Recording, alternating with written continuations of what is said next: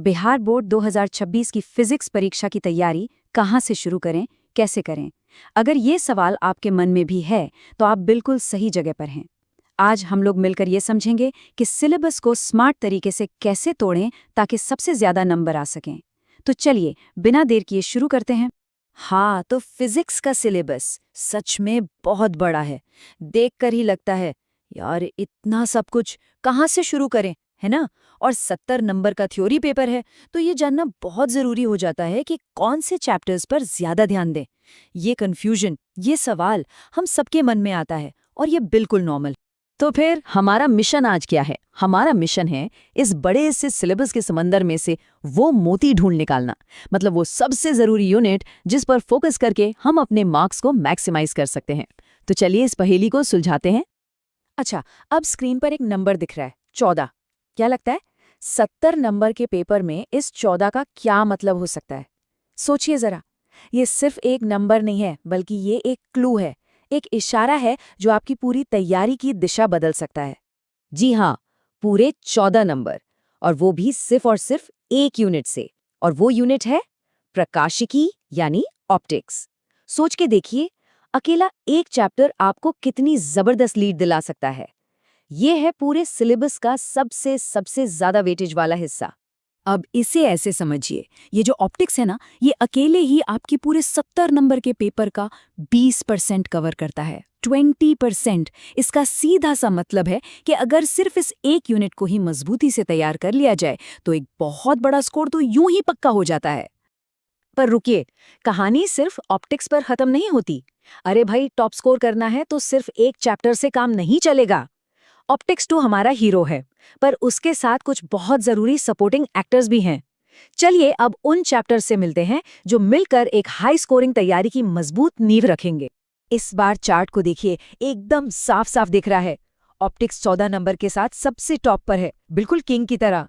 और उसके ठीक पीछे हैं 3 और यूनिट्स, इलेक्ट्रोस्टैटिक्स, मैग्नेटिज्म और ईएमआई एसी, तीनों 8-8 नंबर के। और मजे की बात पता है क्या है? सिर्फ ये 4 यूनिट्स, सिर्फ ये 4 मिलकर आपके आधे से ज्यादा पेपर को कवर कर लेते हैं। कमाल है ना? तो मतलब साफ है, अगर कूलम का नियम, बायोट-सवार्ट का नियम, ये सब जो फंडामेंटल कॉन्सेप्ट्स हैं, इनको अच्छे से पकड़ लिया, तो इन यूनिट्स में नंबर लाना बहुत आसान हो जाएगा। और ये सिर्फ एग्जाम के लिए नहीं है, ये कॉन्सेप्ट्स तो आगे की पूरी फिजिक्स की पढ़ाई का बेस है। ठीक है, तो टॉप प्रायोरिटी वाले चैप्टर्स तो हो गए। अब आते हैं मीडियम प्रायोरिटी वाले चैप्टर्स पर। इन्हें भी हल्के में नहीं लेना है, क्योंकि यही वो चैप्टर्स हैं जो एक अच्छा टोटल बनाने में बहुत मदद करते हैं। इस लिस्ट में हमारे पास 3 चैप्टर्स हैं और तीनों ही 7-7 नंबर के हैं। इलेक्ट्रॉनिक डिवाइसेस, करंट इलेक्ट्रिसिटी और कम्युनिकेशन सिस्टम्स। और ये ऐसे टॉपिक्स हैं जिनसे सवाल लगभग हर साल पूछे ही जाते हैं, तो इन्हें छोड़ने की गलती तो बिल्कुल भी नहीं करनी है। अच्छा, अब बात करते हैं उन चैप्टर्स की जिनका वेटेज थोड़ा कम है। पर कम वेटेज का मतलब ये नहीं कि ये जरूरी नहीं है। इन्हें इग्नोर करना बहुत बड़ी गलती हो सकती है। याद रखिए, जब टॉप रैंक की लड़ाई होती है ना, तो एक एक नंबर की कीमत होती है। हाँ, इनके नंबर शायद कम लग सकते हैं, जैसे एटम्स एंड न्यूक्लियाई 6 नंबर का, या dual nature of radiation 4 number का। लेकिन इनसे ना अक्सर बहुत सीधी साधे कॉन्सेप्ट बेस्ड सवाल आते हैं, जिन्हें सॉल्व करना काफी आसान होता है। तो एक तरह से ये बोनस मार्क्स हैं, जिन्हें बिल्कुल नहीं छोड़ना चाहिए। तो चलिए अब एक बार इस पूरी कहानी को एक साथ देखते हैं इस टेबल में। यहाँ पर आपको पूरा का पूरा सिलेबस और उसका वेटेज एक ही जगह पर मिल जाएगा। चाहे तो इसका एक स्क्रीनशॉट लेकर रख ले, ये बहुत काम आएगा। देखिए, ऑप्टिक्स 14 नंबर के साथ टॉप पर है, और फिर बाकी सारे यूनिट्स। ये टेबल असल में आपकी तैयारी का ब्लूप्रिंट है। तो अब तक हमें ये तो पता चल गया कि क्या पढ़ना है और किसे ज्यादा इंपॉर्टेंस देनी है, पर असली सवाल तो ये है कि कैसे पढ़ना है। तो चलिए अब इन सारे नंबर्स को एक एक्शन प्लान में बदलते हैं, एक ऐसा रोड मैप जो हमें सीधे सफलता तक ले जाए। स्ट्रैटेजी बहुत सिंपल है। स्टेप 1, ऑप्टिक्स से दोस्ती कर लीजिए, मतलब इसे घोल कर पी जाइए। स्टेप 2, इलेक्ट्रोस्टैटिक्स और मैग्नेटिज्म की नींव इतनी पक्की कर लीजिए कि कोई भी सवाल आपको हिला ना पाए।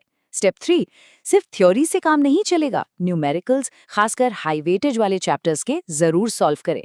स्टेप 4, पिछले सालों के पेपर्स, ये आपका सबसे बड़ा गाइड है, इन्हें प्रैक्टिस करना ही करना है। और सबसे जरूरी स्टेप 5, कोई भी चैप्टर छोड़ना नहीं है, एक भी नहीं, क्योंकि हर एक नंबर काउंट करता है। तो पूरी बात का सार बस इतना सा है, हाई वेटेज वाले टॉपिक्स पर खास ध्यान दो, लेकिन तैयारी सब चैप्टर्स की करो। एक बैलेंस्ड अप्रोच, यही अच्छे नंबर लाने की असली चाबी है।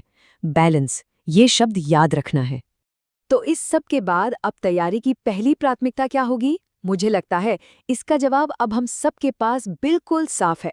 तो बस देर किस बात की, सफलता का सफर यहीं से, अभी से शुरू होता है।